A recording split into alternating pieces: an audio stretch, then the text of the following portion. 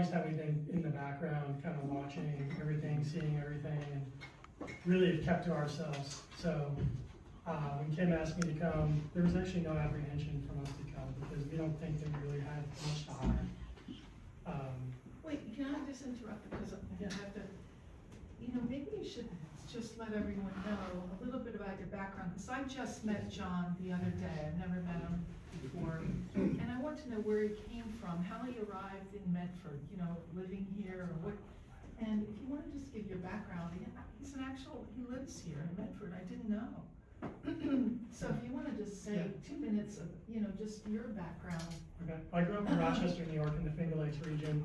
I have a twin brother, and we both went into the home building industry, and I worked for a company called Ryan Homes. Many of you have heard of them. And they have strong nepotism rules, so when we graduated college, he stayed there. I went to South Jersey, and I thought I was going to move it home, but then I met my wife, and I've been here for about 20 years now. And we moved into Medford about, I'd say, 7 or 8 years ago. We live on Ayerstown Road, which is really at the center of where all these projects are. My property backs up to the Flying W, is one football throw away from Rick's Auto Body, so these projects we know very well. I live directly in that area. My kids go to Kirby Middle School. We're part of the community. Our friends, our family, our kids are in this community just like they were. So I would start with that. Not that matters a whole lot. So I'm here tonight because there's a lot of questions, there's a lot of information, there's a lot of anxiety from the community. We understand that, we acknowledge that, I feel it. I did want to come tonight just because I want to answer your questions. What I don't want to do is get into the legitimacy of affordable housing and state rules and laws and regulations, because those are things that I can't do anything about. What I can do is just answer your questions about the projects. I can tell you what I know. I can tell you what's true, what's not true. And if I don't know, we can try to follow up with you and get you answers. But what I don't want to do is have people thinking one thing and it's going to be something entirely different, or there might be questions that you might have some assumptions about things that we can clear up tonight. And if we can't, we'll come back and try to help you out. Where we are in the process is the affordable housing plan is a plan that's not created by DR Horton. So I want everyone to know that. The affordable housing plan is created by Medford Township. Every town gets an affordable housing obligation. And in that affordable housing obligation, they get the opportunity to come up with their own plan. So from 2015 to 2025, Medford had the opportunity to come up with how are we going to solve for our affordable housing plan. That affordable housing plan gets put together by professionals in the municipality. They identify their roadmap for how they're going to pursue that. They adopt an affordable housing plan, which they did. And then they adopt a master plan, which changes the zoning, which they've done. And then they have some zoning obligations where they're required to name them areas of redevelopment or do zoning overlay. There's many various ways they can achieve that, but they've also done that as well. But those properties that were targeted were not like DR Horton properties. Like we had to go pursue those properties. We competed for those properties just like anyone when they go to sell their house. Like if we wanted to go buy Rick's Auto Body, he had offers from Ryan Homes and Toll Brothers and Pulte. Everybody went after those properties, and we're fortunate that we have them, right? But we are purely like the end user of that arrangement. We are not the conduit that created the plan. We did not approve the plan. We didn't come up with the affordable housing plan. We don't get any say in that entire process. So Medford has come up with this process to solve their affordable housing obligation. So I think I've explained that. Yes, sir. After that, do you do anything with the plans? Or you just abide by what they do, irregardless of feasibility and what DR Horton deems should be there? Yeah, so let me try to answer this. So DR Horton has been named redeveloper. There's a redevelopment plan in place for all of these projects.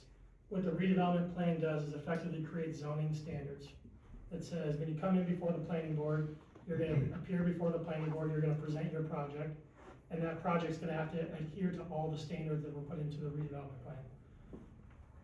The point you're making is about feasibility. A lot of people are saying, well, this property may be feasible, it may not be feasible, there's wetlands, there's this, there's that. The answer to that question is that's very true.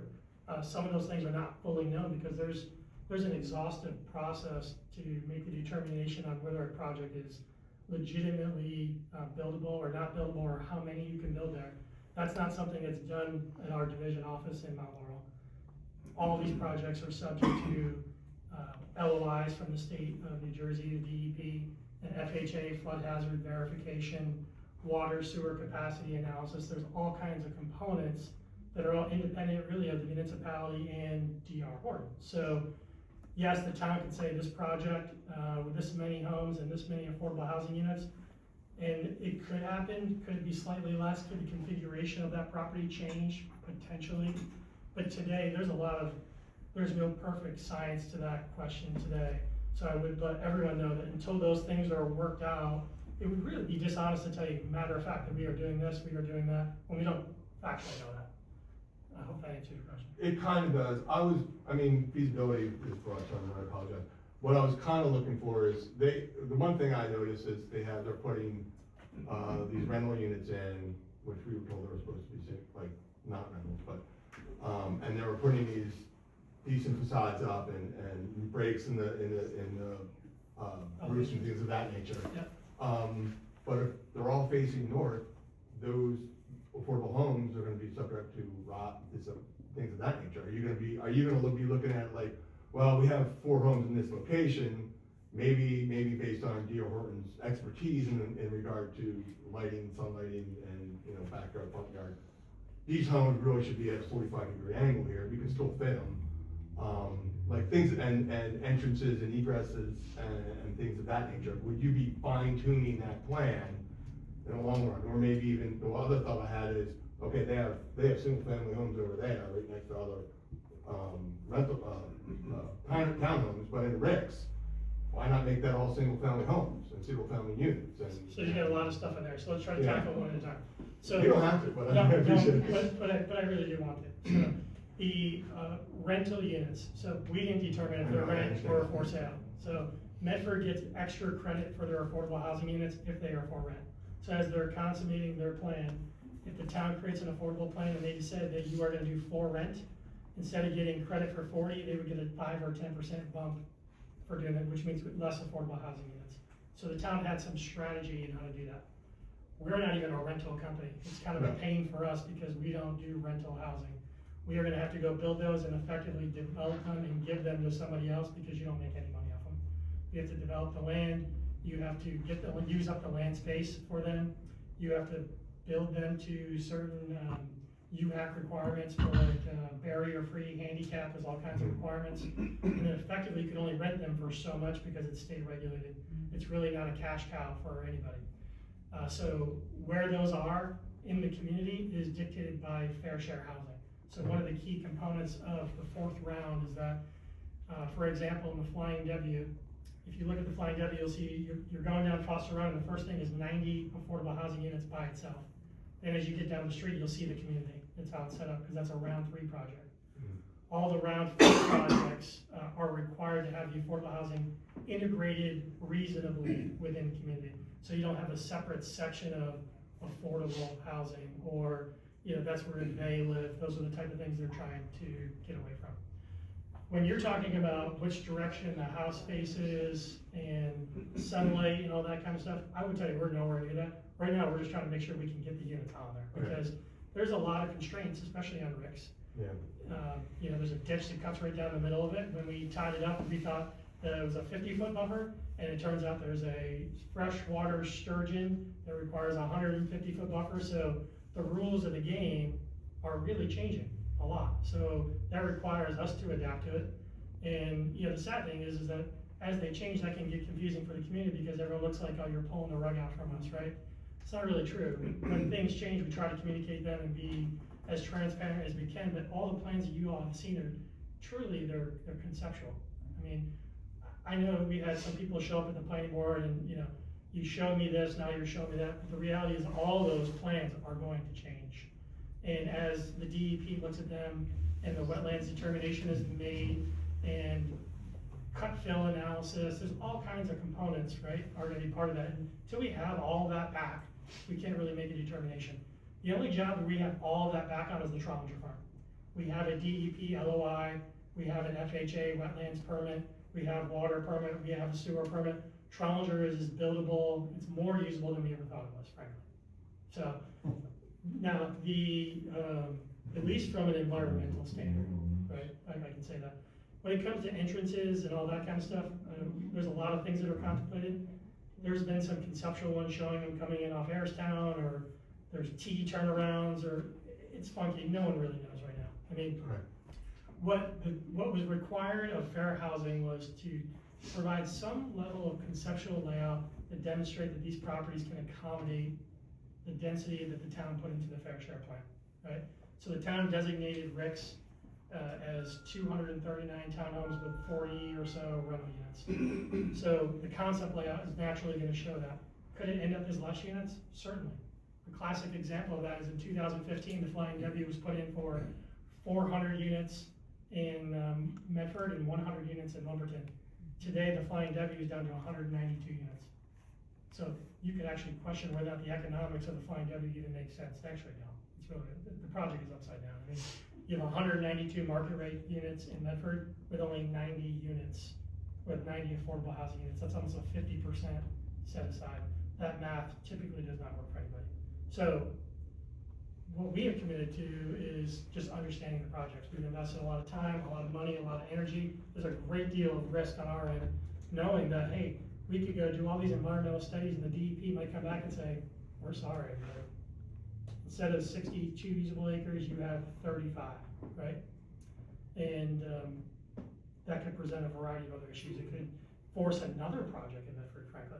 I mean, one of the things that people sometimes forget about is if you challenge the feasibility of one property to the point where it becomes not feasible, typically the answer is that you don't lose your obligation. They're going to find another property.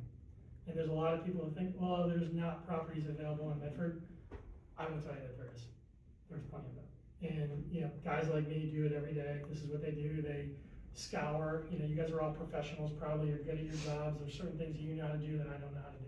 There are projects in Medford today that could easily be built that could accommodate another 100 townhomes or 150 townhomes with a set aside.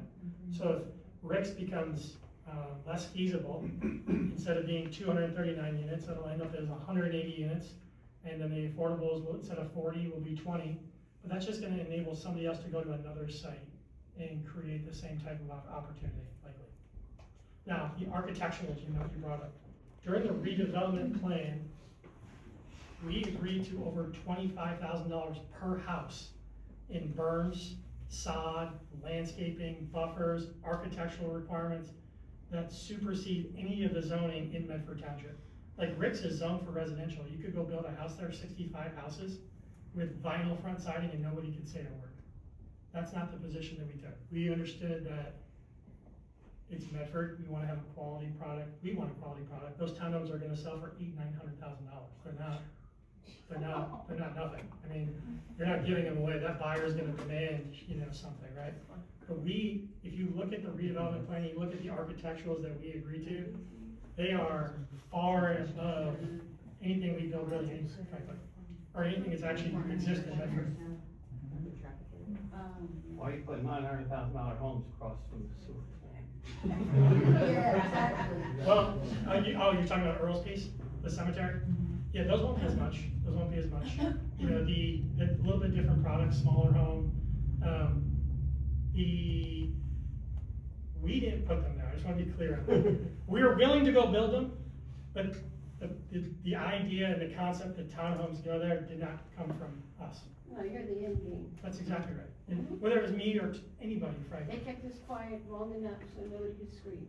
Well, I don't want to speak to anything on the town. I do I have to work with these municipality folks. every day, that's fine. Yeah, listen, I have to work with council, and I'm not afraid to say that's not easy to do, frankly. I mean, No, it's not. yeah, but one of the reasons I wanted to come here tonight is that sometimes I don't feel like the message, quite frankly, gets out to everybody. Because you're getting the blame for everybody else. Well, yeah, D.R. Horton, big bad, nation's largest home builder, 25 years in a row. I know Well, that. we should be thankful though that it's not Brighton. Yeah, I'm not gonna say that either. But what I will tell you about, what I will say about our company is, as big as we are, the company started by a farmer. D.R. Horton with one house. Everything we do is local. DR would come in, he died about a year and a half ago. I would pick him up at the airport, curbside in his jeans and his flannel. We wouldn't eat at a restaurant nicer than the Outback Steakhouse. And if we got to the hotel and the rate was more than $100, he negotiated it. Everything we do in New Jersey is local to New Jersey. We might be a large corporate company, but we operate like a very small business locally. We have 25 families in our company that live in Medford Township, where their kids go to these schools. Our kids are involved in NYAA. DR Horton is the largest contributor to NYAA, and it's been that way for years, you know. But the idea that we're gonna build across from the cemetery, or next to the cemetery, across from the sewer, listen, from my perspective, from a marketing perspective, someone who's been doing this for 20 years, you could put tents in Medford, and people would buy them. Well, Yeah. you're right. Yeah, I get it. people love Medford Township, it's a And fact. that's what they love it Until because- it's so this is right, overflowing. so it's Yeah. overflowing. Well, yeah, you listen, We're gonna get like Lakewood or other You're gonna places ruin like it. that. I don't think we're gonna be quite You're that gonna way. Well, That's what they said before they squeeze all those townhouses on Mill, and the ones that are going right across from Harriet's right now. Yeah. There's 4 units going up there. and then Lafayette's farm, they just sold out, they're gonna be. That's all hammered with- townhouses and all. Was that- They're gonna be hammered with homes too. What was that? Lafayette. Lafferty did not sell. No, Harriet's did. Harry's, well, they sold to the same guy, but nothing's gonna get built, they got pulled out of the fair share plan. Okay. So that's remaining a farm for now, but I'm being totally Cause candid I with you. know Bob Someone will Harriet's go not after this. happy with it. What's that? Bob Harriet's not happy with it. I don't know about, Bob is one of the brothers, yeah, and he's not happy.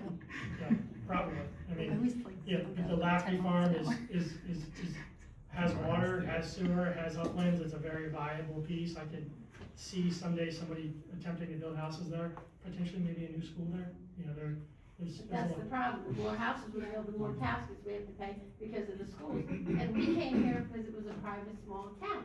We didn't build in Marlton, we didn't go to Willenboro, we didn't go to Cherry Hill. We came here because it's a country town. I agree with you, and my wife would say the same thing as you. Mhm. Again, I don't wanna get into the rules and regulations, but understand. I do understand, I'm not an idiot, like I get it, like. We could benefit from the same thing you're gonna benefit from too, as a company, cause we could benefit too, but we live here too. Yeah. And we just, while we're sitting here, you Yeah. know, maybe we do something, who knows?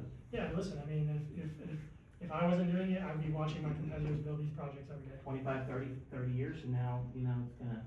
Yeah. Who knows? I have some ideas where DR Horton has done a lot of things for the next round to block any housing coming into Medford that you guys don't know anything about. Things that we're now obligated to do where we are, you know, let's be honest with you, there are these projects, like for example, the Trollinger Farm, one of the things that we have proposed to council is, there is, on the north end of that piece, a whole back section, we have dedicated, we're proposing in our redevelopment agreement to dedicate that land to them, so it can self-contain 60, 70 standalone affordable housing units for the next round. So what does that really mean? That means 70 units of affordable housing, that's Stall and Rick's combined right there. We are proposing, without them doing anything, mostly because I live in the town, putting the improvements in, carving off that land, subdividing it to them, giving it to them as an opportunity to secure the future so Medford's not exposed to this kind of liability down the road again. No one's ever said that, but that's in our redevelopment agreements that we're negotiating, that's not final. It sounded like you're gearing towards that in your introduction. Yeah, Well, they should have done what Mansfield did and said no to the state. I wish they would've. They voted it down and said they're not doing it. they could have done that. Yeah. You know, but, you know, we all see the budget stuff going on, they would lose, candidly. I mean, we're, They're losing Haynesville. yeah, They're well, not doing it. it's different, I mean, Medford has viable properties, whether they're these ones or not, it would be tough for them to escape that obligation. And as somebody who's in all these municipalities all of the time, 9 out of 10 of them lose every single time.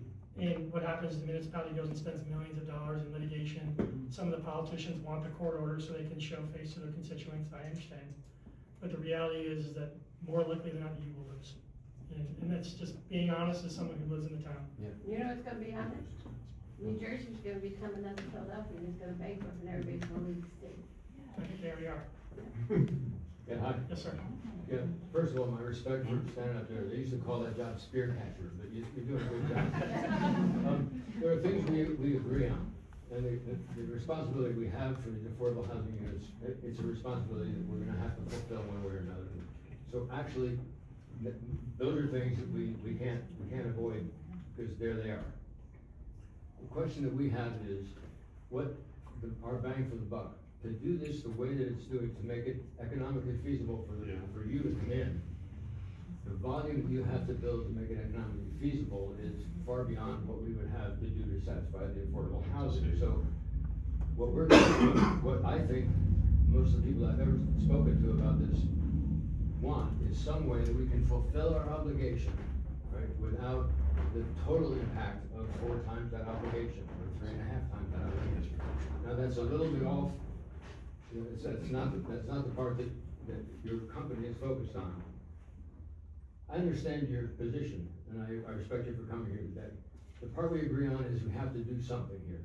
The part we don't agree on yet is that it has to be the volume of influx of people to satisfy that. And so,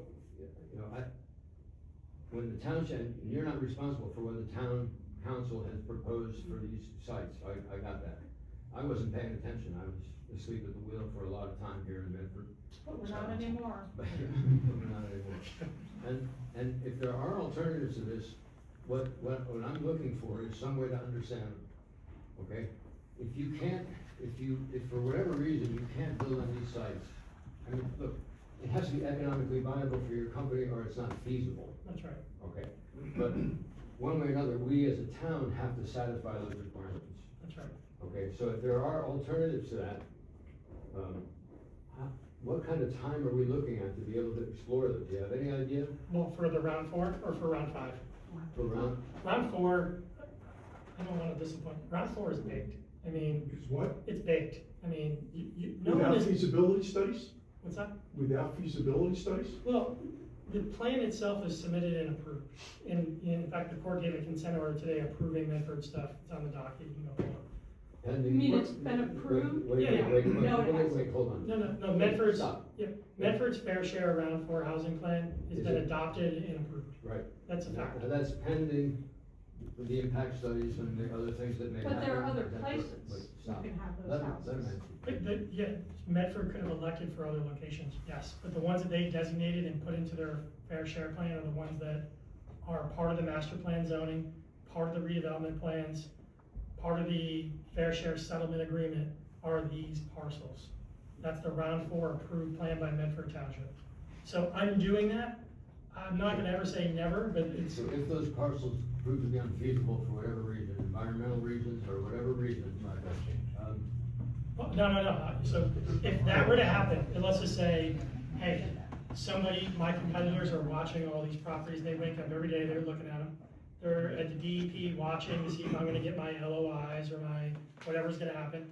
If they catch a sniff that one of them comes back incorrectly, they will be filing a motion to intervene into the affordable housing plan, and they will present their alternate plan. And when they Behind intervene, what's that? Behind Wawa.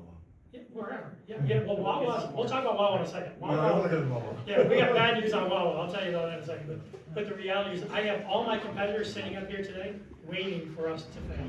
In fact, we have a lot of residents who email the DEP every single day, right? But here's the thing that could happen, there's 2 things that could happen.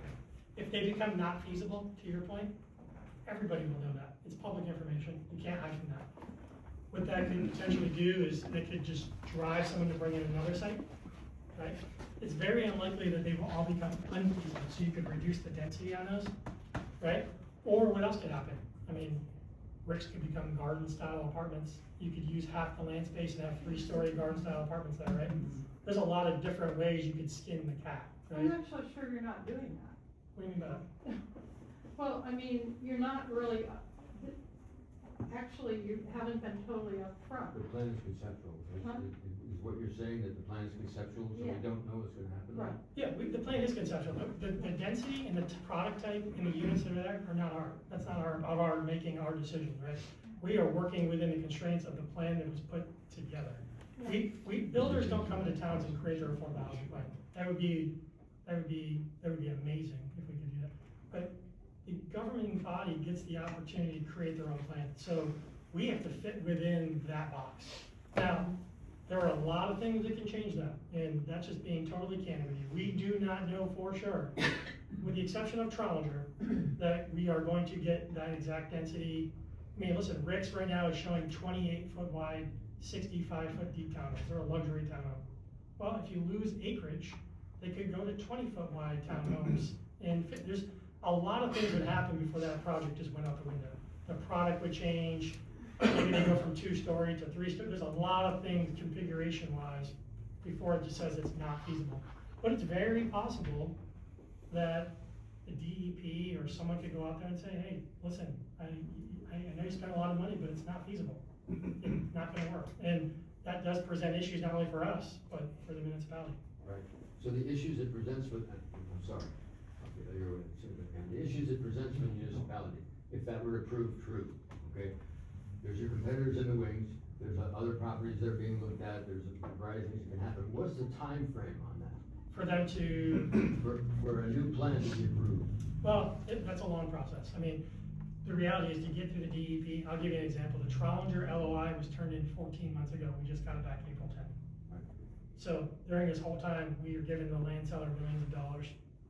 We are spending millions of dollars on environmental studies, archaeological studies, surveys, test pits, the whole gamut. If that came back not favorable, it would be just a direct loss to us, right? So there's a great deal of risk there, but typically, we don't go into these deals blind. I mean, we're professionals. We know how to evaluate and look at a property. You can pull a map and you can see that it might look like it's wet on a map, but doesn't necessarily mean that it's wet. You know, that just might, a GeoWeb might show something like that. But before we get too deep, we have a standard where we think that we can perform an idea before we go blindly invest money in it. And we had a strong feeling on Trollinger it was gonna be fine. Or there was so much land space, even if we lost some stuff, right? I mean, think about it, we tied up all these projects and then we found out that Rick's had a 150-foot buffer on it. Listen, that was a lot of stress for us too. I mean, when that ditch went from 50 to 150, you know, it really created a lot of anxiety on our end because we've invested so much money. Here we are, we're changing DEP thresholds and standards in, you know, it comes out of left field. They make the rules. You mean 100, 300? No, so you're talking about the buffer from the property lines. No, I thought it was 50 foot from the center stream. 150, 150, so 300, yeah. Yeah. So on each side of the stream, instead of being 50-50, it went to 150, 150. And that ate up tons of land space that you can never get back. So those kind of things happen in the process, and that's why it gets really scary when people see a concept layout number one and want to go with that. You know, because we know that it's not really real. I mean, no good artist draws their best piece the first time they draw it. It takes hours and countless engineers to get things kind of where you want them.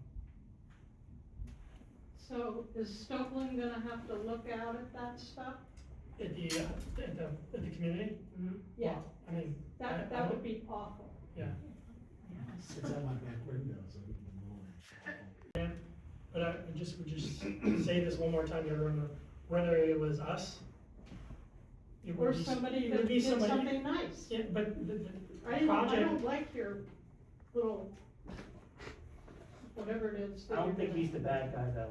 Yeah. He's not the bad guy. what I'm trying to say to you is that somebody's gonna build a We project. don't know who the bad guys are. Yes, we do. You knew the bad guys are council to approve this in the first place. Well, they And should, you know who else they is the should have bad done guys? this a long All time of ago. us for sitting back and saying, it's okay.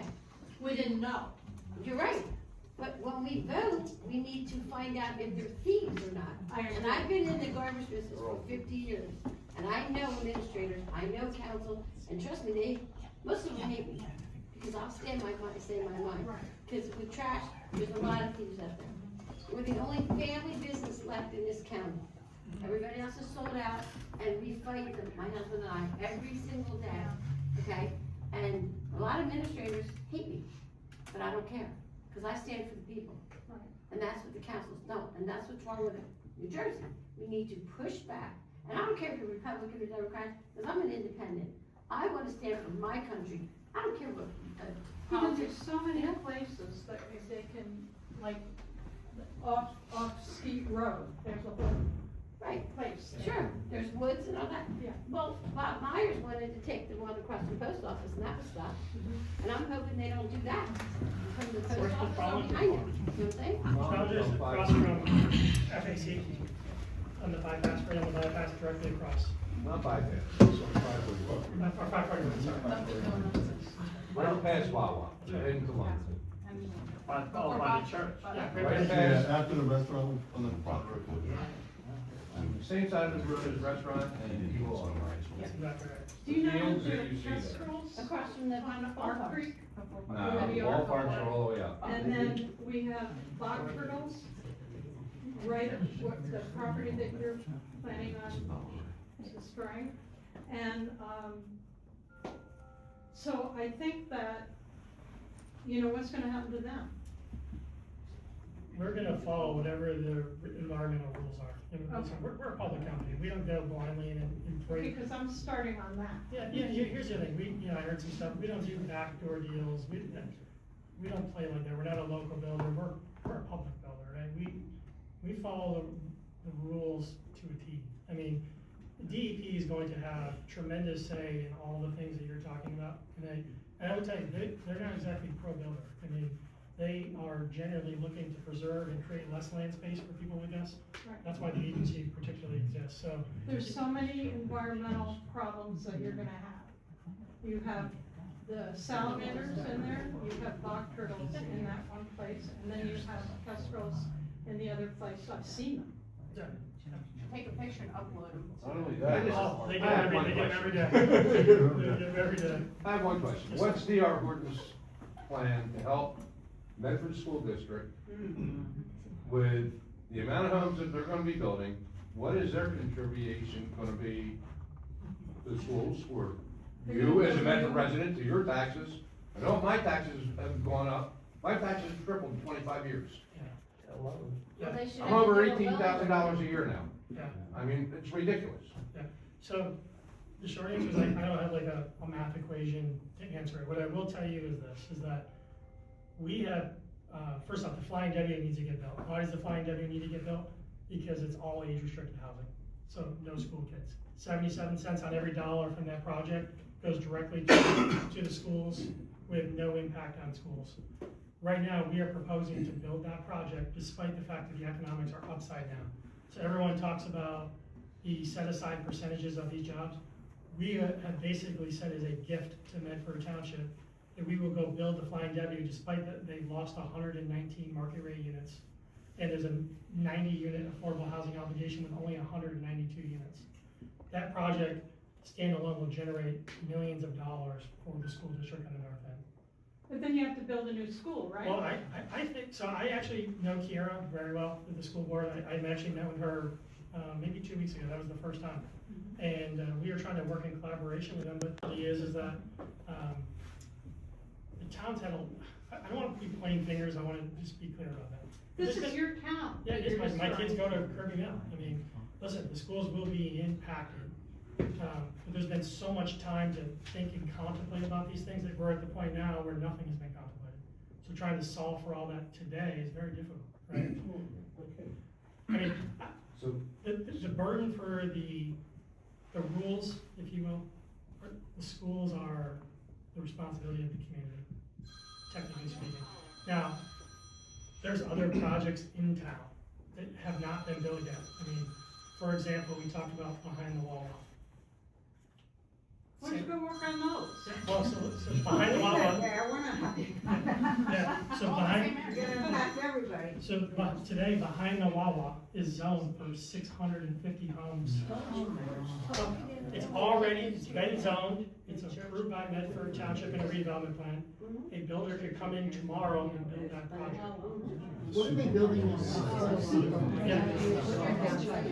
Yeah, I don't know what he's doing, that's not us, but. What happened Which to wall all are you Yeah, well, I know. This is ridiculous. I know, man, I'm just telling you, I know what you're doing. that project is there, that's not DR Horton. Don't talk to me about other people's projects, I'm talking about yours. Yeah, so when I'm, That impacts me, I and understand. I hate it. Man, I am And not I'm confused on gonna how have you a feel, but, gate and guns. okay, well, So what I would say is that project is a project that could be more market rate housing. A good solution would be for that project to become all age restricted, which would be, instead of having all the school kids and all, it would generate millions of dollars to fund a bond for a new school. And I think, I don't wanna get ahead of myself, but I think there are people in town working on that type of arrangement, because between that site and the Flying W would generate all age restriction, it would get rid of all the commercial, it would get rid of potentially the 650 homes that it's zoned for there that are school children. But that's really above my pay grade. I mean, you know, the buyers in our community will pay a lot of taxes. What about the infrastructure? What's that? What about the infrastructure? Yeah, so infrastructure, great question. So a lot of people say, hey, this is gonna impact our roads. We agree. So Not just roads, it's our roads, it's our wells, it's Yeah. the sewer department. Yep. Everything else. Yep. So a couple things. Medford just raised all their connection fees for the communities. I don't know if you saw that ordinance get passed. A lot of that is to recoup fees for infrastructure improvements. I don't know if you saw that on the agenda. They just adopted it 2 times ago. Water and sewer connection fees. The second thing is this, what we have proposed to them, and it's not final yet, is a special assessment bond. So what is that? A special assessment bond is a bond that is used for infrastructure improvements in the north end of town that is only paid for by the residents of the new community. So widening roads, sidewalks, traffic lights, things along infrastructure, things that you're talking about, to be named. Instead of passing that burden on to the residents of the municipality and having them carry the bill, if you will, what we have proposed is a special assessment where that would go directly back to only the new residents into the community. And that's not final, but that proposal is out to council. We should have to pay for the schools, though. Well, everybody We've pays for already those. paid. Yeah, Well, I they're gonna pay understand, 70 But in Willingboro, if you build a development many years ago, the builder had to build a school, Yeah, free of charge to the town. yeah. I don't see that happening. I'm just saying that our buyers are gonna pay 77%, and taxes are gonna go to the, You know, why should the people who originally came here in this small development, and because the state of New Jersey decided to push us into this, okay? And yes, we all were blinded, and we all should pay attention more before, but it's not there yet. So you can put a stop sign up before it's good. There's always a way. I wanna, this gentleman in the back has patiently had his hand up for 20 minutes. I think you should have a chance to. No, my question was, and I don't know if I was the gentleman or not, but my question, I keep raising my hand. My question is, you mentioned it. Wait, I wasn't even pointing to you. he's had his hand up too. My apologies. You're fine, go ahead. Well, my question was, you mentioned the Trowlinger, project getting its approvals, and you did a great job getting them, and, what's your timeline on that? On Trowlinger? Yes. So Trowlinger's probably the furthest along. Actually, the Flying W is the furthest along. Flying W, for 10 years, they waited for a sewer extension permit. They got the sewer extension. It's fully engineered. It's prepared to go into the municipality for planning board approval. The Trowlinger farm will come in behind that. That job has, clean phase 1 environmental, clean phase 2 environmental, has a DEP LOI, has an FHA verification, and is being fully engineered to hit the planning board. Half of that project is in the sewer service area, the other half of it is not, so that it will be a multiple phase project. But it will go Flying W, it will go Trowlinger, then it will go Ricks, and then it will go Stall, the cemetery piece. That would be the order of operations for those projects. And timeline wise, your cut sheet shows you more yeah, than that, so you gotta have some dates. Yeah, I can give ballpark dates, but I That's mean, what really, I wasn't okay. into the Yeah, data, but. yeah, typically to get through the engineering, to get through the municipality, to get all the outside agency approvals, 18 months, something like that. From start Say of call from permits today- call or from your today. position right now? Yeah, but then you would close on it, then you'd have to develop it, so there's a window in there. I mean, you're a couple of years before you even see a house. Where's Trowlinger? What about this guy in the back? Trowlinger Farm is on 541 across from First Alliance Church. Fellowship Alliance Church, sorry. If Just I hop may, in. Yes, sir. Yeah, I'm not used to just, Yeah. overgoing people's, conversations. There's a lot of, concerned, Medford residents. There's obviously businesses that are impacted. Certain progresses can't be, kept from happening. My sole purpose here is just to make sure whatever product that you're producing turns out to be a very beautiful, quality made product. I'm hoping that, that everyone that, doesn't want this to happen and can still see whatever you end up doing, if it does happen, is a nice quality product that Medford's proud of. Yeah, so I appreciate that. I want that too. Yeah. One of the things that, you notice in the redevelopment agreement, I told you we agreed to a lot of architectural things. If I'm being totally candid with you, I think I told Kim, I'm not so sure that those are even the best. I told Mr. Randy, I mean, we want them to look and feel like Medford. Yeah. I do, and I think that there's enough we've agreed to where maybe we'd be open to even modifying them a little bit with some of the people to make sure that we fit that niche with the public, because we want that as well. Yeah.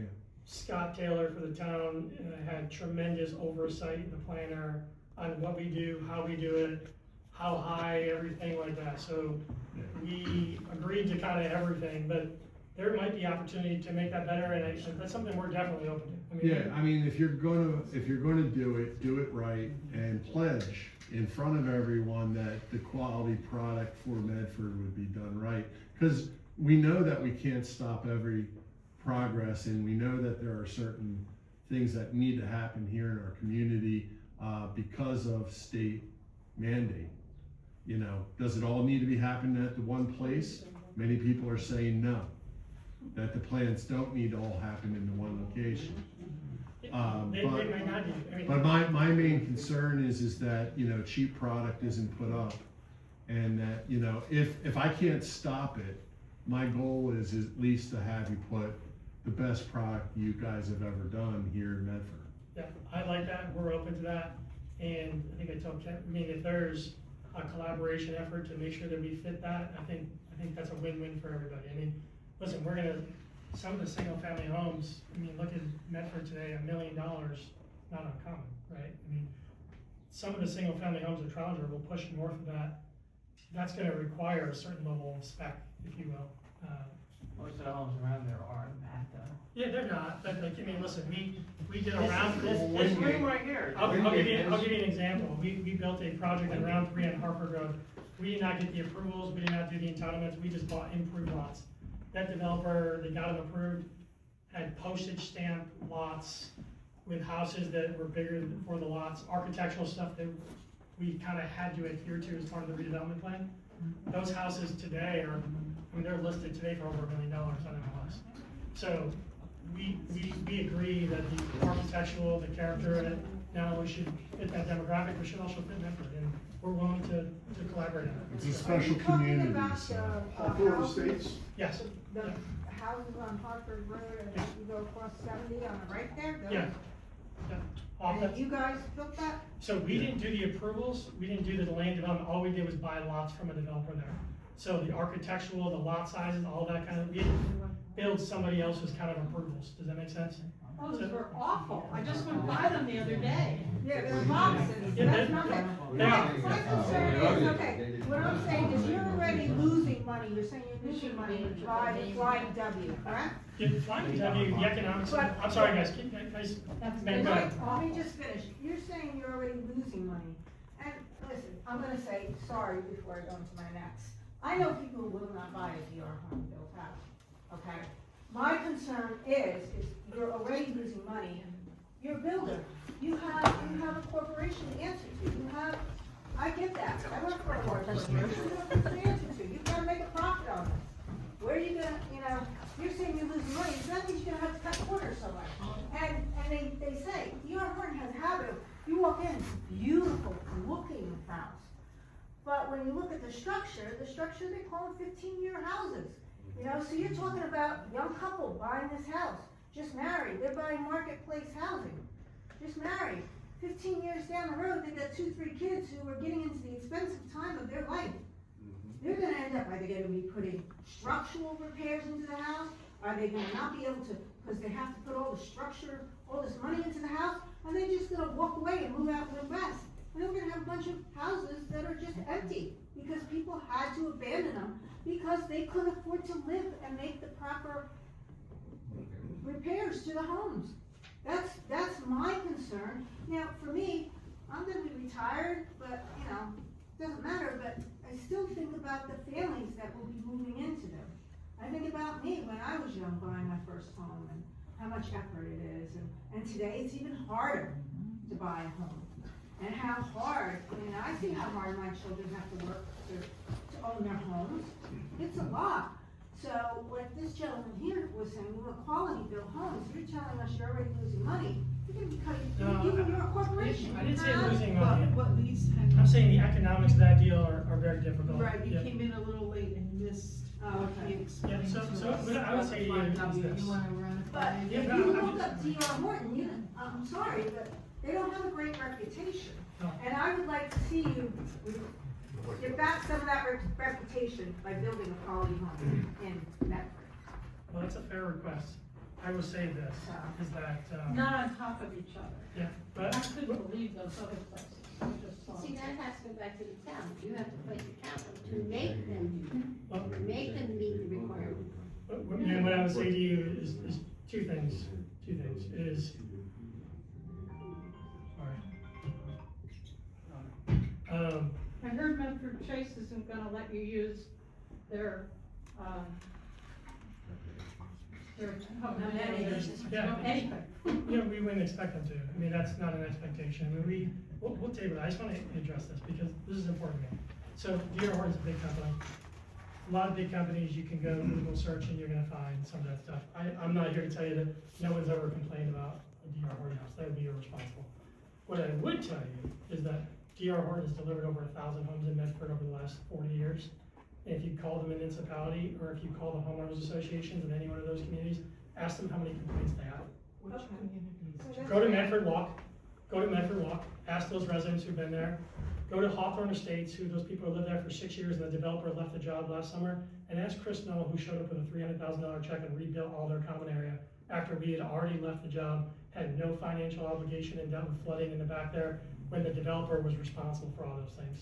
So why are you gonna do shit on our, And we're not proposing that, and I'm sorry, like, this is where we gotta kinda keep things in mind. I know what you're doing. Yeah, what I would tell you I is this. saw it. Yeah, what I would tell you is that I think, for what you just said, is why I do my job. Right. No, let me finish. I mean, the Providing ones in housing, Cherry Hill, yeah. I know someone who Yeah. go and fix the ones you did over in Cherry Hill by their D.R. Hortons, and they had to go in, they were flooding. Any building's gonna do the same thing. They- So no matter what builder's out there, Well, you might as well have a guy who Yeah, but lives we- in the town. right. Okay. Well, Ryan, I can go on and on. I'm not here to challenge any of them, but I would tell you this is, I take pride in that we deliver houses to families. A lot of people are like, big bad builder, right? You know what? My parents didn't help me with a house. We provide housing for families. I think that's noble. I told Mr. Rendy that. I am not ashamed to say that this is what we do, right? Right. I think it's noble that we can provide a safe place, a good home for people to live in Medford. I love Medford. Frankly, I think it's an honor. The last thing that we wanna do is build a crap home for them. Now, with that said, are we perfect? Is everything gonna be perfect? Is everyone gonna be 100%? That's very unlikely, you know? Are your homes gonna look across from, Red on Church Road? Are they gonna look like those homes you're talking about, that you're No. so proud of? No, so just so you know, the architectural stuff is all public record. They are part of the redevelopment plans, the renderings were posted. The town, to their credit, went to great length to make sure that the architecturals, the berms, the buffers, the landscaping, honestly, is first class, some of the nicest stuff you've seen anywhere. If you go down Church Road and you get to the active adult community across from Johnson Farm, some of those buffers and trees and stuff you see, those themes were carried over to a lot of these projects, and I think they actually look pretty nice. I mean, They hide mistakes. what's that? They hide mistakes. Go to Willingboro, you'll see. Well, yeah, Johnson yeah, I know Willingboro really well, Thinks actually, so. yeah. But they hide mistakes. I think the issue is density, you know, Yeah. the Yeah, density of yeah, these, it's I nuts. mean, they're gonna look, beautiful with the facades and the berms and all that, but, if I could just go backwards a little bit, you were saying what council has approved. Is it Kirby's Mill Iron Bridge, and Trollinger, are they the three? So you have Trollinger, Trollinger, okay, so Trollinger, 100, I believe, 164 acres, 300 units, 36 of which are low-income housing. Does that sound correct? It's, 48. 48, okay, There's on 36. 164 acres. Okay, and so that by far is the biggest property at 164 acres. no question. I mean, across from Kirby's Mill, we're talking 40 acres and 200 units. Kirby's Mill, you're talking about Rick's? Rick's is Well, I closer. don't recognize that. Yeah, Rick's is- 65 Right, 65 right, acres. yeah. Yeah, Rick's is closer to 65 acres, but just remember, the Lafferty farm was in there prior to that, as a few acres larger. When that property became not feasible, all they did was move it over there. And again, you can be upset about the. But that's, I think that's 200 units there. Listen, I know. 198 according to the Sir, public. sir, I know what it is, Yes. but I'm telling you, we don't make that determination. I think those are You can be the upset, and I'm just Yeah. telling you, and this is a really a material thing. We are the end user. Yes. The determined density of these projects came from those folks. They And- determined all of this. And that was 10 Who's years in those the folks? planning, from 2015 to So 25? this is the 1 year in this is the planning. fourth round. Yes. They had a 2005 round, they had a 2015 round, and Well, a that needs to be 2025 round. changed. Well, So every 10 years. That was Murphy, he fast-tracked that. That's right. This is She's coming absolutely from the right. government. This has nothing to do with the builder. Okay. Murphy, I understand before he that. left, But he he can signed change a it. fast, no, he can't. This is coming from Mountain Laurel Doctrine. I understand. Okay? They are being required by the WMD whatever. But she's right, but the density, listen, This is coming. I agree as a They Medford will resident, come in as and someone they who will lives right sue there. us. And If they I was will given a build lie a detector lot test, more I if would we say, don't I don't know the abide by density these either. rules. But the reality is if I were not to do it, everyone else would be lining up to go do it. That's, Yeah. I really want you to know that. I mean, Understood, and you said there were other parcels where some of this could be done, because right now, Oh, yeah, easily. it's 758 units They're all within in- 2.5 miles. Sir, they're all in the north end. They all Yeah, are, yeah, okay. because you can't build on the south end of the town. Because That's of not climate. true. Yes, sir. You Yeah, can, lucky. it's almost impossible. Right, It's almost Yeah. impossible to build on the south end of town. The New Jersey Pinelands significantly restricts everything. The growth for Medford is on the north end of town. That's just what it is. You could go across from FAC on the other side. There's a 70-acre parcel there, 22 acres of it is usable. Someone could come there and put 300 garden-style apartments and vary a 15% set aside and put apartments in there if they wanted to. Who makes an age-restricted decision about what project, Town. the town? Yeah, town determines their own plan. So like they determined in 2015, the Flying W was gonna be an age-restricted project. Right. But the affordable housing is not. It's for rent, market rate. So it's actually kind of funky. The whole thing is, this rule is 50 years old, it's out of date. And it's out of date for the simple fact that it's causing every resident in that town, in every town, to support everything else. And then after 30 years, you lose them, That's right. and then you gotta build more. So that's why you need a new plan every 10 years. That's right. And the numbers just keep escalating. So what he said is actually very important. These deed restrictions will expire after 30 years. So if you built a affordable housing unit in 2000, in 2030, that will expire. The owner of that property becomes full market rate. They just extended, the deed restrictions in Tom's River, didn't they? They tried to do it and they got pulled back. Yeah. Yeah, Medford wanted, you see the meetings, there's people that show up and want to extend deed restrictions. We told Medford from the very beginning it was not feasible. We made it very clear to them that was not an option, but they went down that path, but it's not an option. You can't in perpetuity just extend your 2015 deed restrictions in perpetuity. No housing would ever get built, right? So, but Medford, I believe, did look at those options, even though when they looked at it, they had already adopted their fair share plan, which is sort of disingenuous, right? Like, you've adopted your fair share plan, but now you're considering all these other options. It's not typically. That's because they didn't work fast enough to get to the. That's exactly right. But actually, Bedford It's their Township fault, knew it. actually. Yeah, what he said is, Bedford Township knew it, every 10 years, there's gonna be a new plan. everybody knows it. And Medford didn't, sat on their ass, the whole town council, sat on their ass and did nothing about it. I'm not saying yes or no, I'm not, hopefully I'm not a camera. That's what happened. That's okay. how does this incredible density affect our watershed and all the towns? Yeah, so stormwater management is not what it used to be. I'll give you an example. We have a project that's going up for approval in Wilburton on Airstown Road. It's 1,000 units. The projects next to it are 1,500 units. They're 10, 15 years old. There's 6 basins in that community. On our project alone, there's 40. So the requirements for stormwater maintenance and the requirements on lot requirements to keep everything on lot have changed incredibly. The DEP has modernized stormwater management. The criteria that we have to engineer to in clean water and hold water is probably some of the most stringent rules in the California ask, frankly. We play by the most difficult, hardest rules.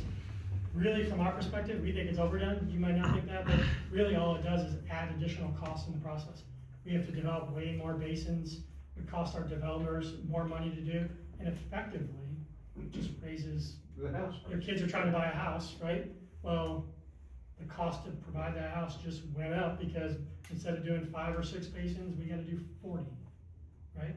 Well, everyone wants berms and all that kind of stuff. Well, they're nice and pretty, but those houses now cost $25,000 more to go do. So what's gonna happen to those houses? How's it gonna affect our well? We have a well. So our projects are public water, public sewer, so I'm not an environmental specialist. I have well I too. mean, Because all of the the detention people. basins. Yeah.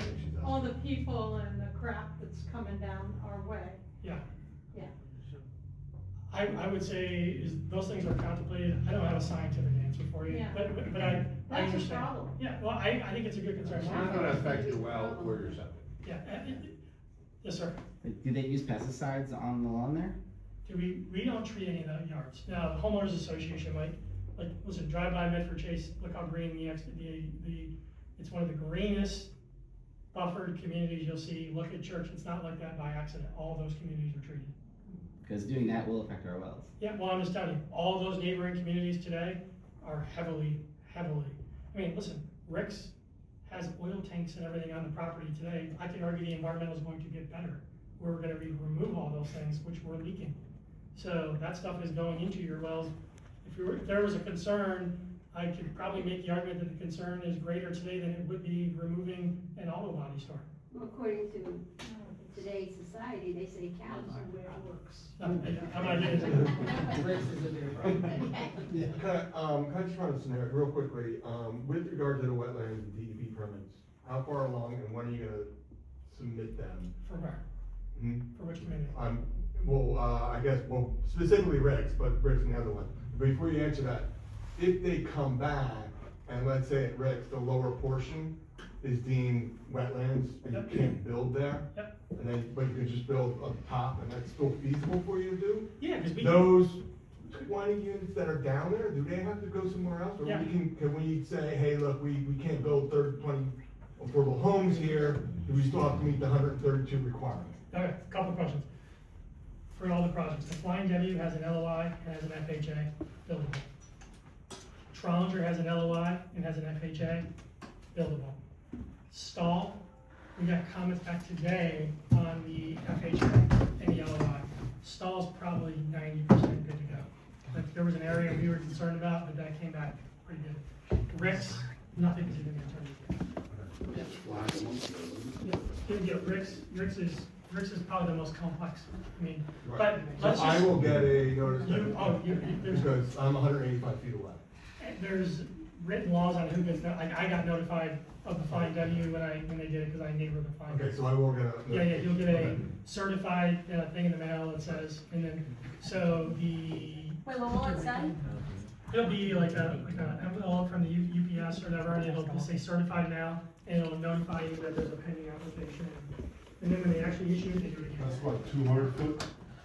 200 foot, yeah. I don't know, I just know I get them. 200 feet's correct. I got it. 200 feet. Yeah, everyone gets notified then, you get it sent. It's, before the application can be processed, there's a notification process, and a private consultant actually does it, so home builder can't say they bypass that, so that's how it's done. But I was I actually, do them all the time, so I. yeah, are you already using? Oh, lovely. It's dangerous, there's too many engineers in your community. Yeah, so, but Rick's, I will tell you, we have some of the top consultants working on Rick's. I mean, but if we lost 10 acres on Rick's, Right. we don't need to build those huge townhomes, we could just build smaller townhomes. Same quantity. Yeah, we just build smaller. Instead of having 28 foot wide by 65, we would just go to smaller products, so you're like, or someone else is gonna come in and see that the application didn't come through, and they're gonna go find another property in Medford, and you guys will be talking to somebody else. So we just gotta be really careful on how hard people push, because they could be creating another problem effectively, you know what I mean? Yeah, well, you know better than it's definitely. But why would, if you're part of Medford. Yep. And you have all three properties, and this is all round Four. four. No, Flying W is round 3. Round three, but the other two stall. Challenger and Rex are round 4. Round four. Yep. Why can't you just propose from looking at it to say, you know what, guys, I know that Medford is all in the plan, but plans can be adjusted because things change. And move some of Rick and say, why don't we add a little bit of Rick to this bigger piece, guys? It's still gonna give us the same quantity of market rate units. Listen, I'm not opposed to that, but I'm gonna tell you why we can't, and it's very easy. The landowners control, they all think that they have value in their property. Rick's think, Mr. Rick, you guys know Rick? Yeah. Rick has got 239 units. Why would he give that up and give his property value away to somebody else? We're gonna pay a per lot number to Rick. Yeah, I mean, we don't, Rick's value was determined, the town made Rick's property extremely valuable. Rick is a farmer, he's been in Medford for 50 years, and Rick is gonna retire, and he's gonna take care of his family and grandchildren.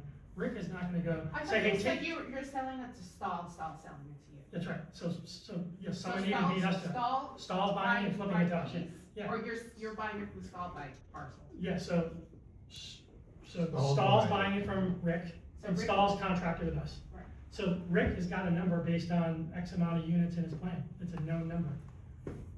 He's not likely to give that up, and Stall certainly will not give that up. There's a 0% chance of that. So the reality is that those things could be possible, but we don't have the ability to make landowners redistribute their units that the municipality already told them that they have. It's more complex than just do this or that, right? Hopefully that makes sense. So let's go back to the Wawa deal, there's still, that got approved for 600 homes? So Wawa behind that property is a round 2 project, and the affordable housing units are still not fully built. This is the super Wawa you're talking about? Yeah, I understand. So right across from Medford Chase, if you look across the street from Wawa, you see the affordable housing buildings built there. Okay. Yeah. So that project is really unique. I thought you were talking about the Wawa off of Church. No, I'm talking about the Super Wawa. Wawa. That's Sam's number. Samos, so Steve Samos has this project, it's a round 2 project for affordable housing. I see them working there the other day. 60 of the 84 affordable housing units, 60 of the 84 units have already been built. So he's entitled to his market rate, to his housing. Now, the town has tremendous exposure because 24 of those units haven't been built. Anyone could challenge that, they could intervene on that, they could challenge it to put it in another location to build those units. So how many units again? So that project has 84 affordable housing units, 60 of them are built. The market rate is around 550 plus 600,000 square feet of commercial. That was approved back in 2005. That's all public record, everybody can see it. 2005? Yeah. You said, are they gonna be multi-family units? Towns and cities. Yeah. So when it comes to trash removals, okay, how many of these units that you're talking about, how many of these units are residential trash, and how many of these units gonna have dumpsters? I don't know. Under which one? All of them. Yeah. That makes a difference on Rick's who's is, moving Rick's in. is gonna have dumpsters for the affordable units only. And the street trash. We noticed, because people that just call it. I really don't, we can find out which trash products are public. Yeah.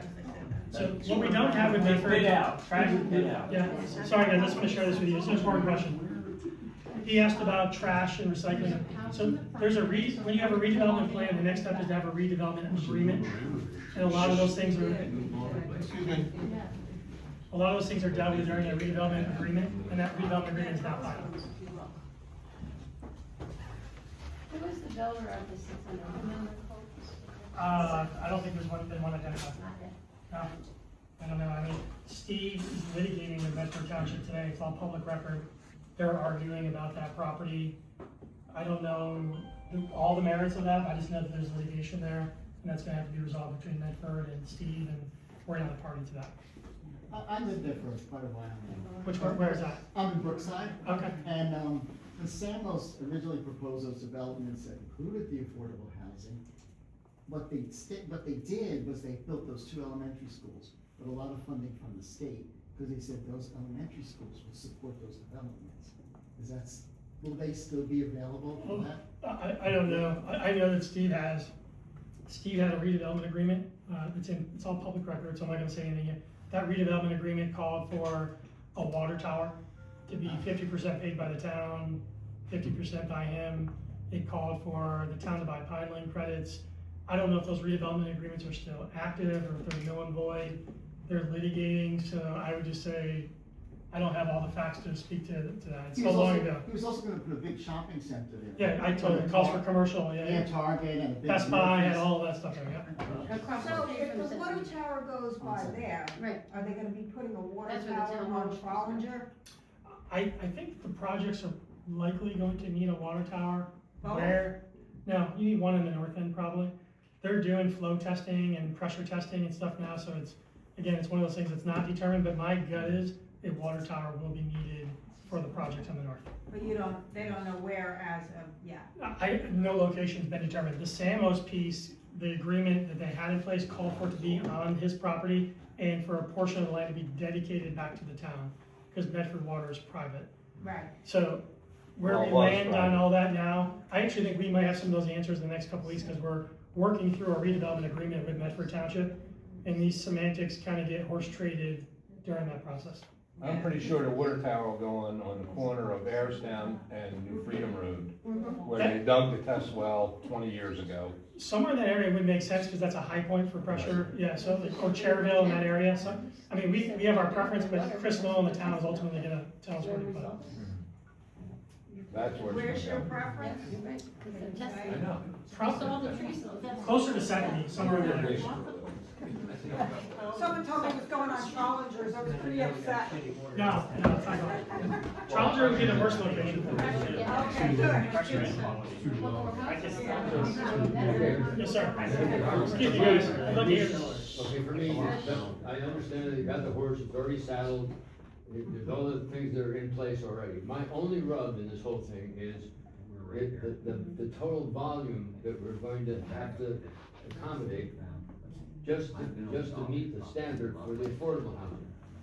Now, there've been people looking at a lot of different sides of this, but it has to be economically feasible. One of the reasons that we're talking to you is, in order for a builder to come in and help the township, because the township doesn't have a ton of money laying around, in order for us to satisfy the requirements of for the affordable housing, it has to be workable for whoever is doing that building.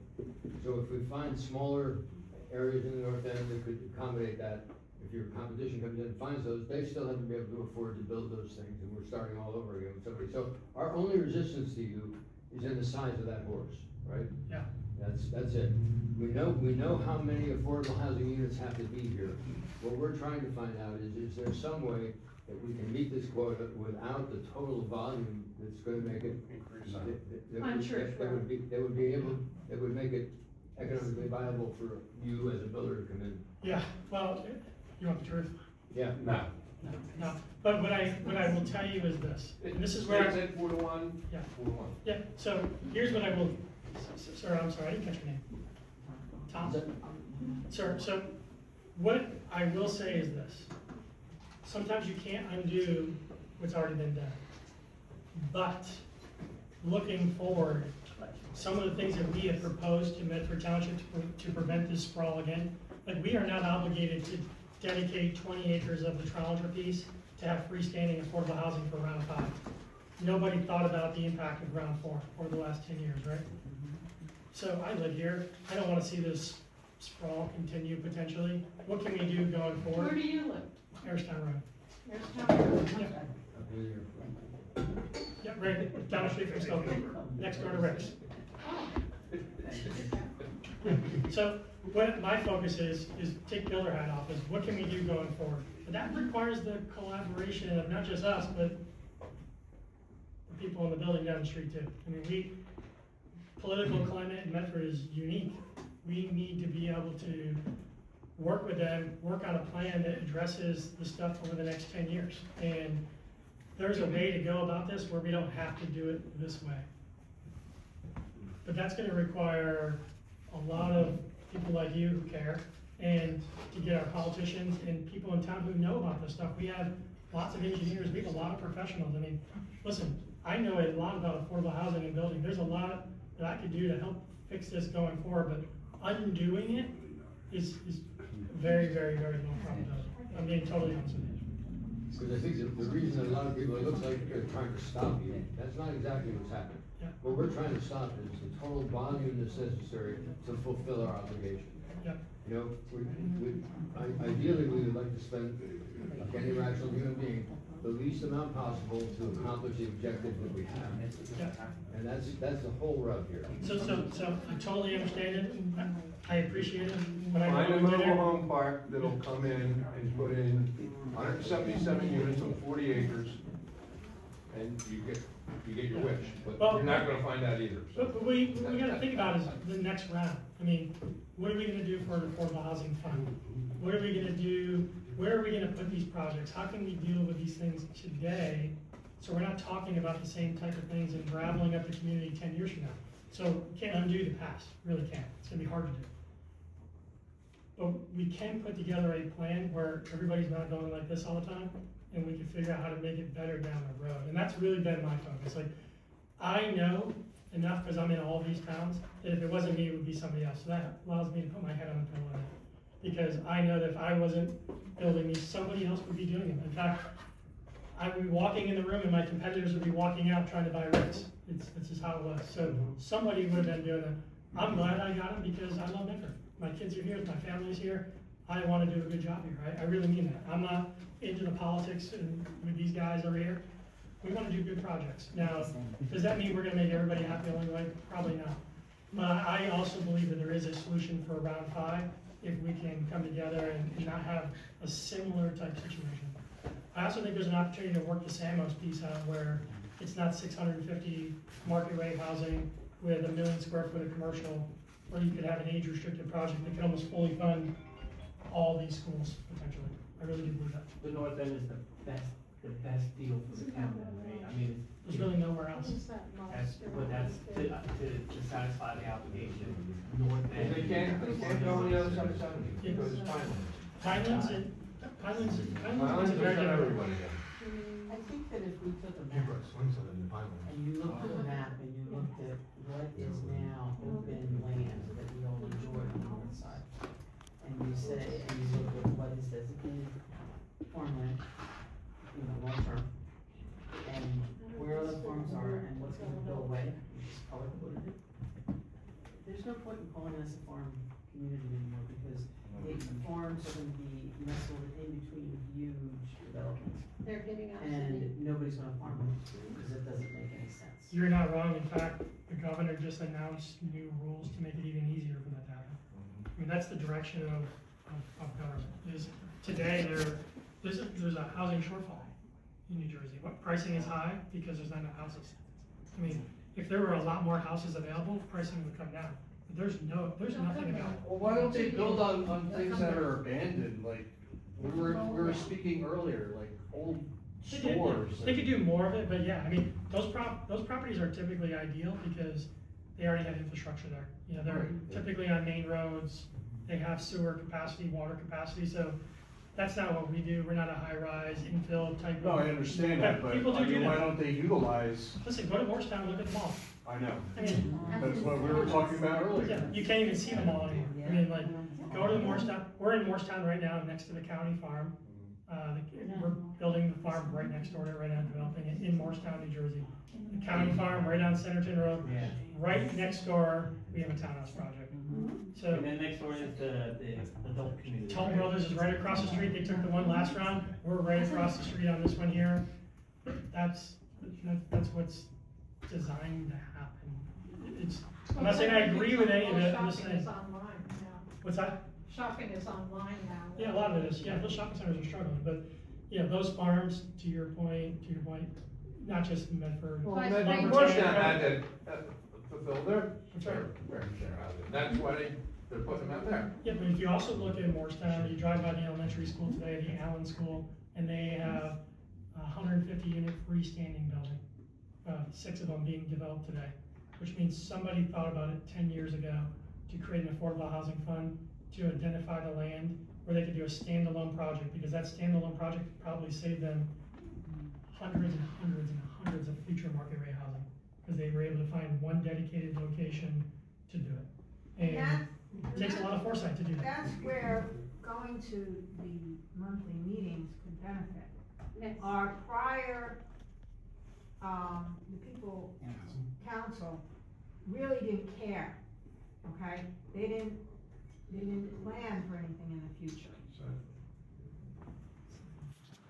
That's why spring. No comment on any of that. No, I just want to be clear, no comment. But this new council. Sometimes less is more. Yeah, my wife told me that tonight. And my daughter reminded me. Less is more. Stupid, keep it simple, stupid. I'm not the Yeah. We don't put the stupid part. Not And the R. Springfield has a requirement of 5 acres per home.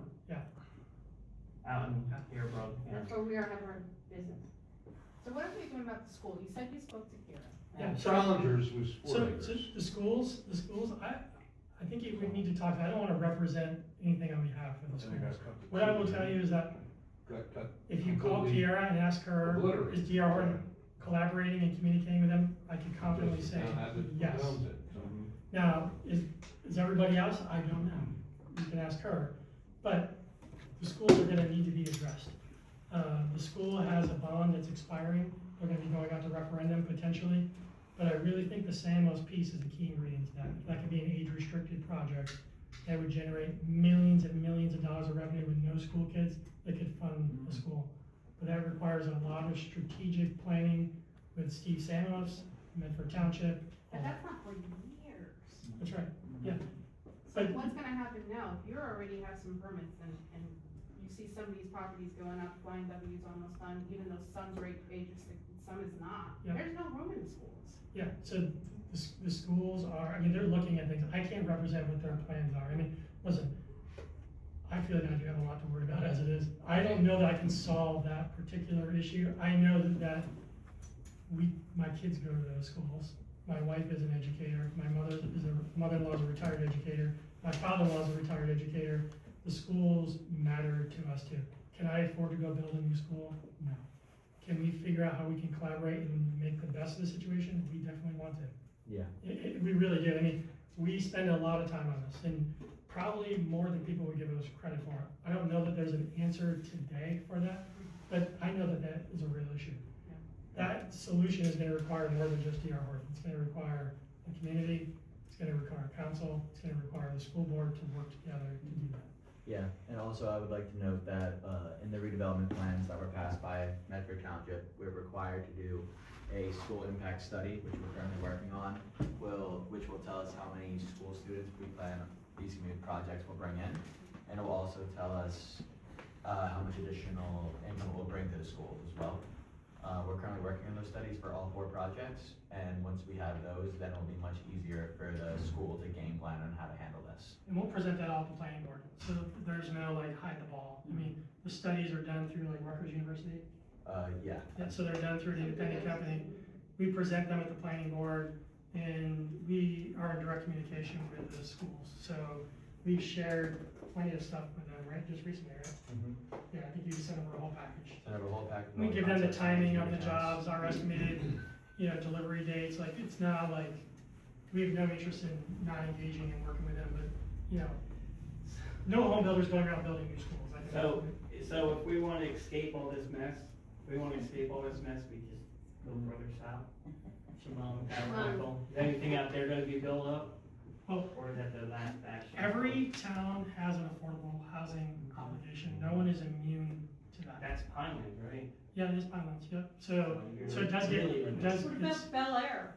where's that? I don't think they have Oh. affordable housing. I don't know, but every town gets an obligation, some can get exemptions for lack of land space or sewer or whatever that might be.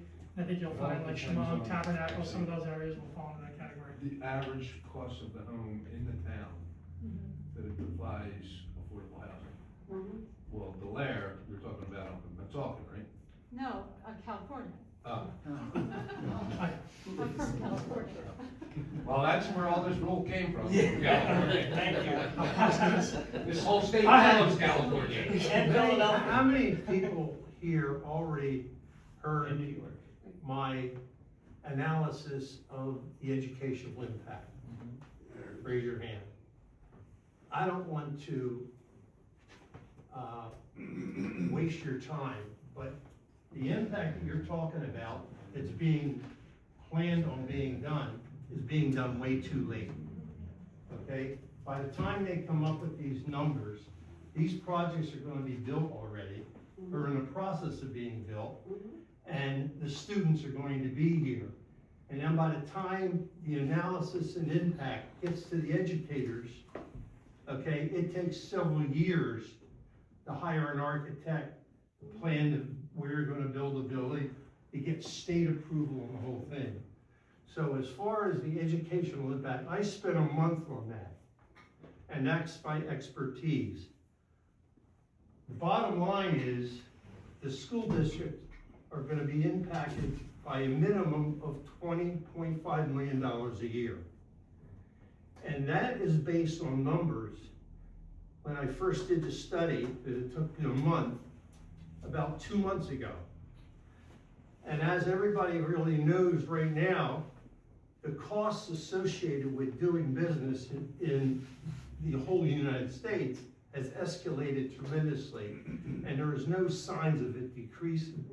So that 20.5 million that you see today is going to escalate tremendously over the years. And that 20.5 million isn't one time. It's every year from that point on forever.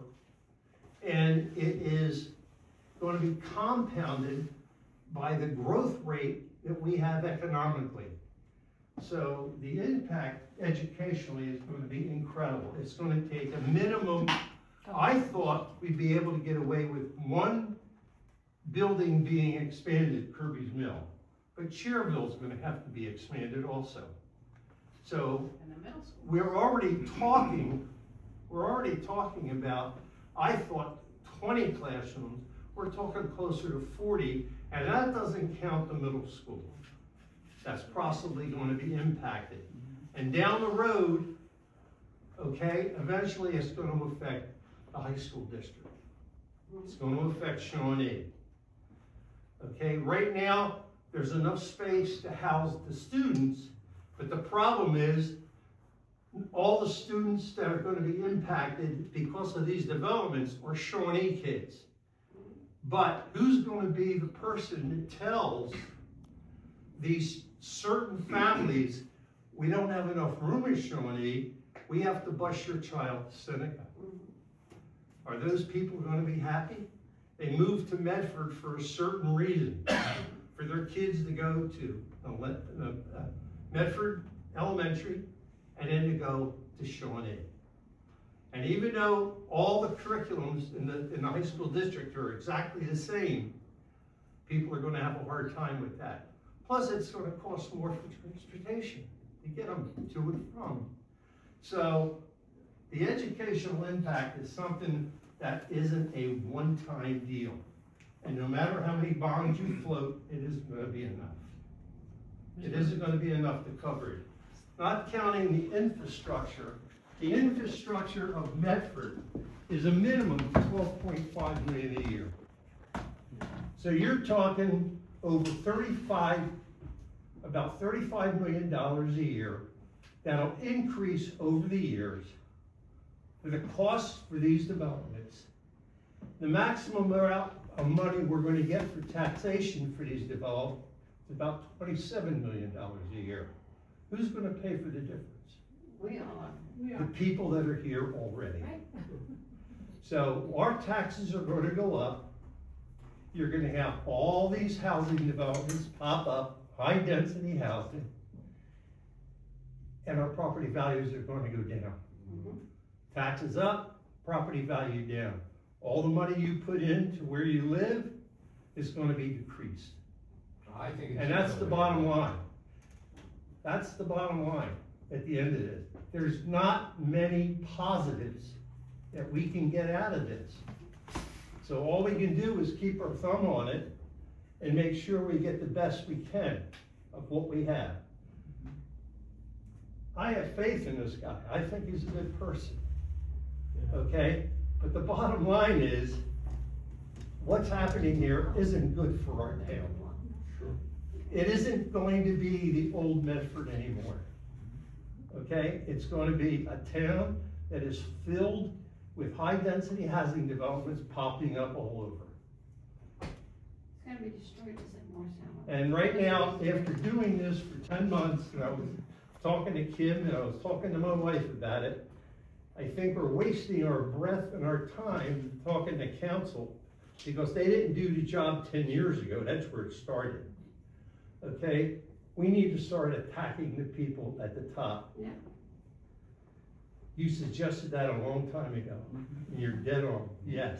Yeah, it's not Medford. That's where we have to It's go. not Medford. That's We where we need to have to go go. We have to go to the governor. governor's office. I need to go to the governor. Every town is dealing with this. This is not a Medford problem, this is a New Jersey problem. Exactly, I agree with you there. It's a United States problem.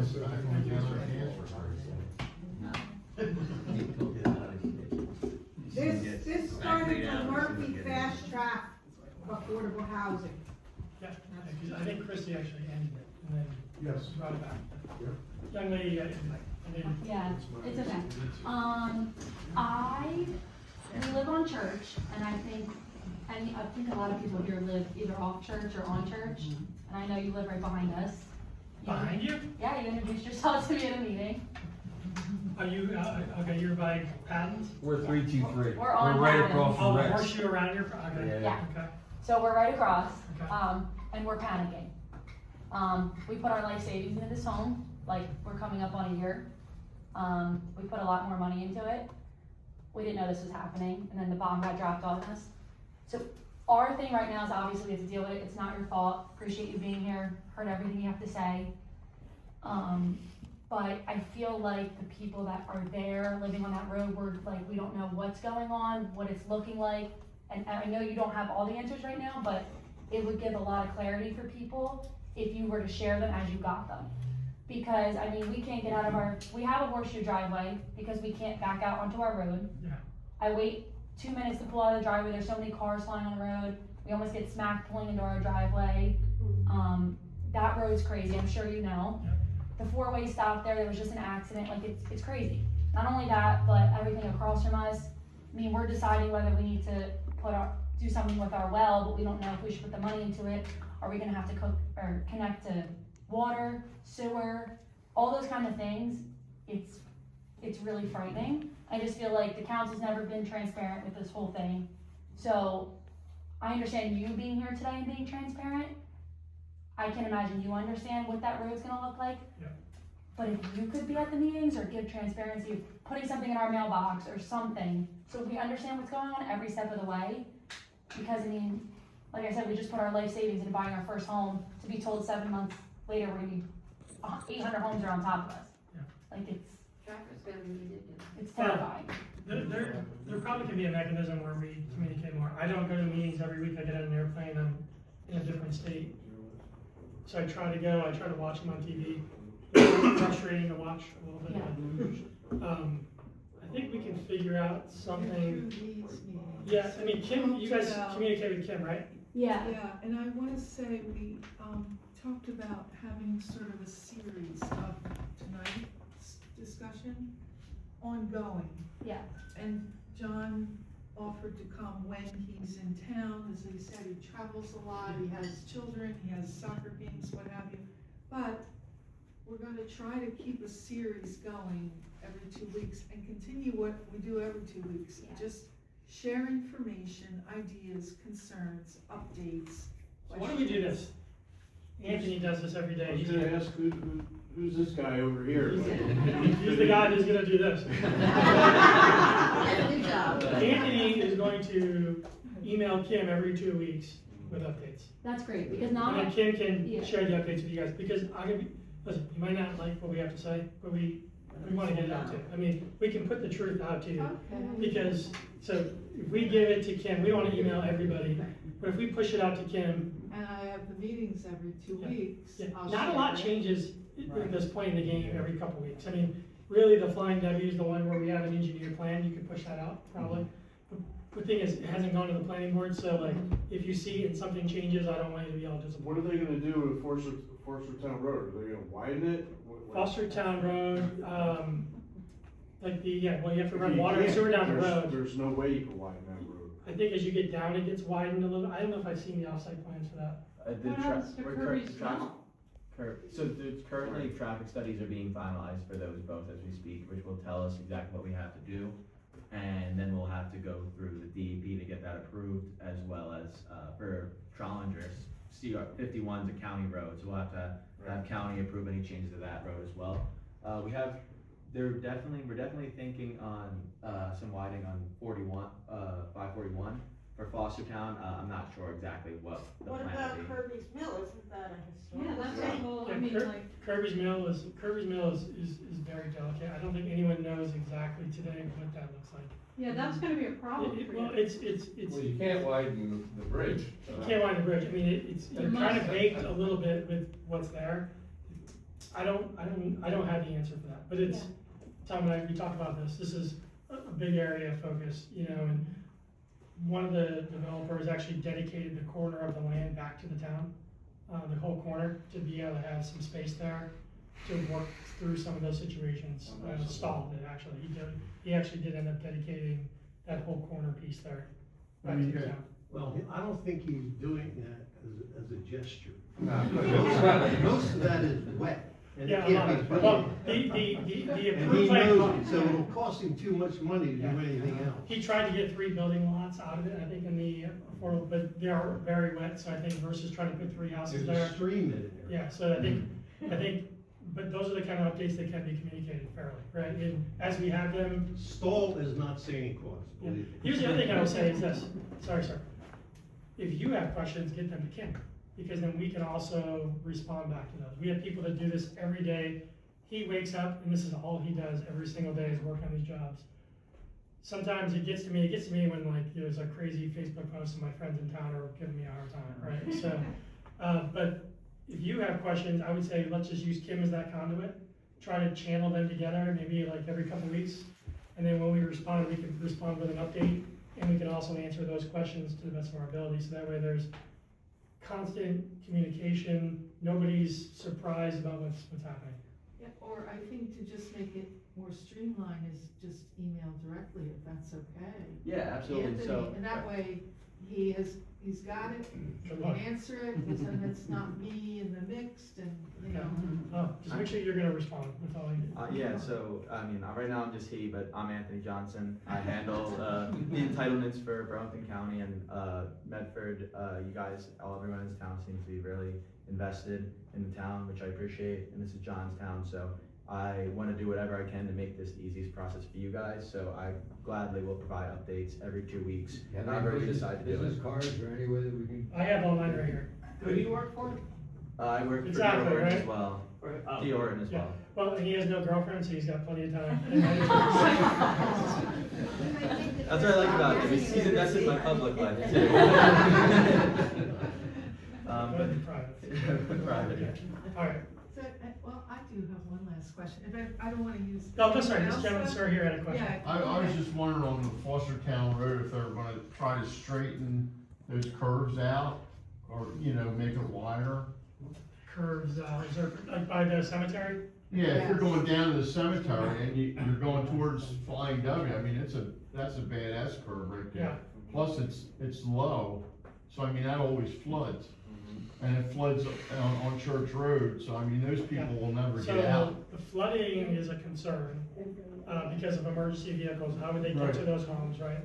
So the Trowler piece actually has an easement through it, so if an emergency vehicle had to get there, they wouldn't be caught, because in theory, you could have a flood on the south end of Kirby's Mill, and a flood right there, and you would never be able to get to that community. Right. So the Trowler plan is being designed with a 50-foot wide easement, so if an emergency vehicle had to get there, it could cut through. But today, if there was an emergency flood, no one could get to the sewer plant. Right. I mean, like if your property, if it flooded down there and the other Yeah, end you flooded, the town would have a real problem. Yeah. So, But I mean, it's on both sides, on that S curve, That's there's exactly right. also another pipe that goes under there. there is, yeah. So the expanding of the roads, I don't know.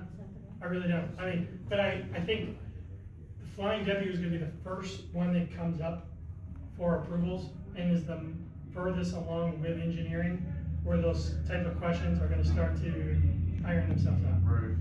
Yeah. That's the only concern I have is because those people will be stuck in there. They won't be able to get out. Good, let him not come. Let him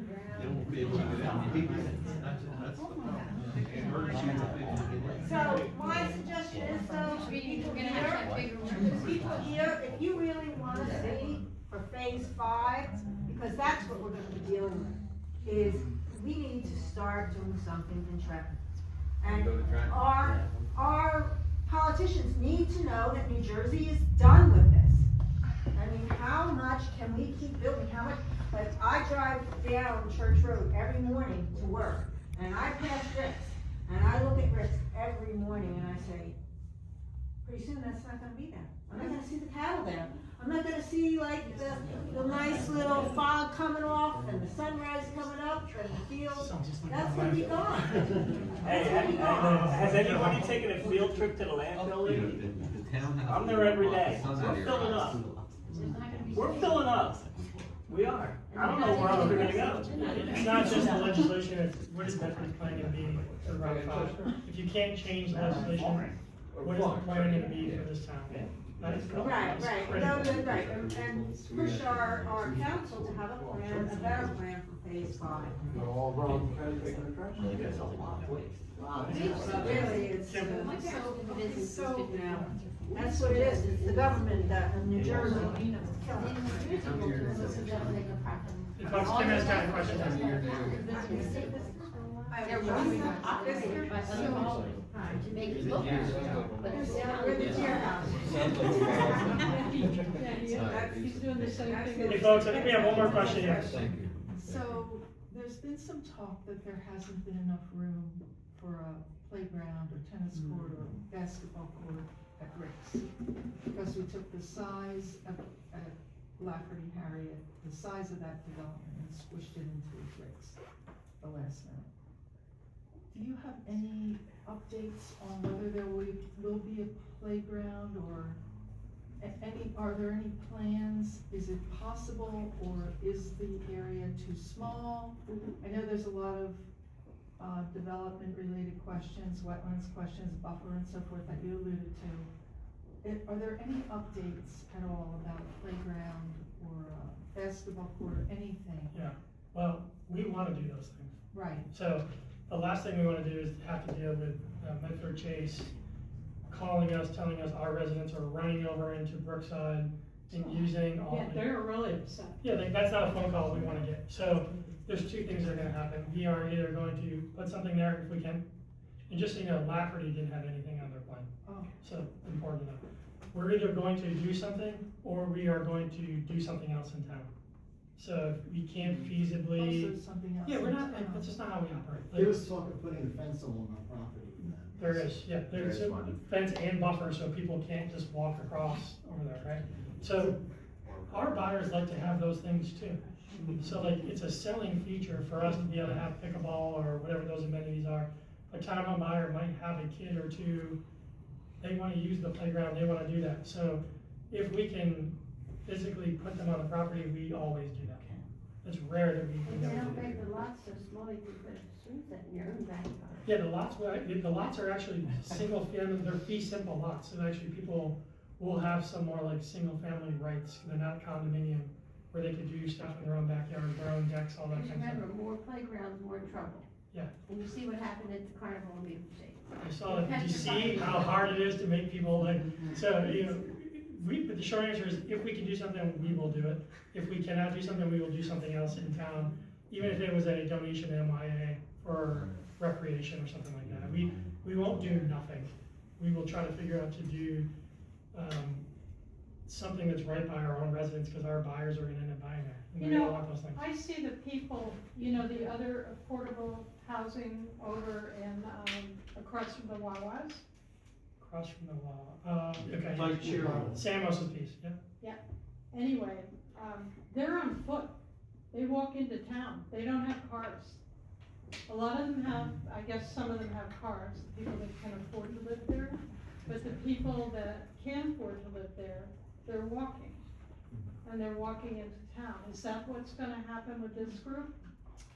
I don't know who's gonna walk into town or not. I mean, I'm not here to tell you what Well, people are gonna do. I mean, it's a long walk. Yeah, it would be a long walk. I mean, I live on Airstown Road, I've never walked into town one time. I mean. Well, if they don't have a car, they'll have to. Yeah, I mean, I don't know. I mean, Do you remember when there were no consequences on Airstown Road? No, I mean, ever since I've been here, I mean, listen, That was I- nice, yeah. back in the day. I mean, I see them when I go into town and I drive down, because I drive down Brennan, and I turn the corner and I see all these people walking on town. Yeah, we used to run cattle. We will have enough parking spaces for everyone to have a car. I'm talking about How are they gonna widen They it? also have like, they also have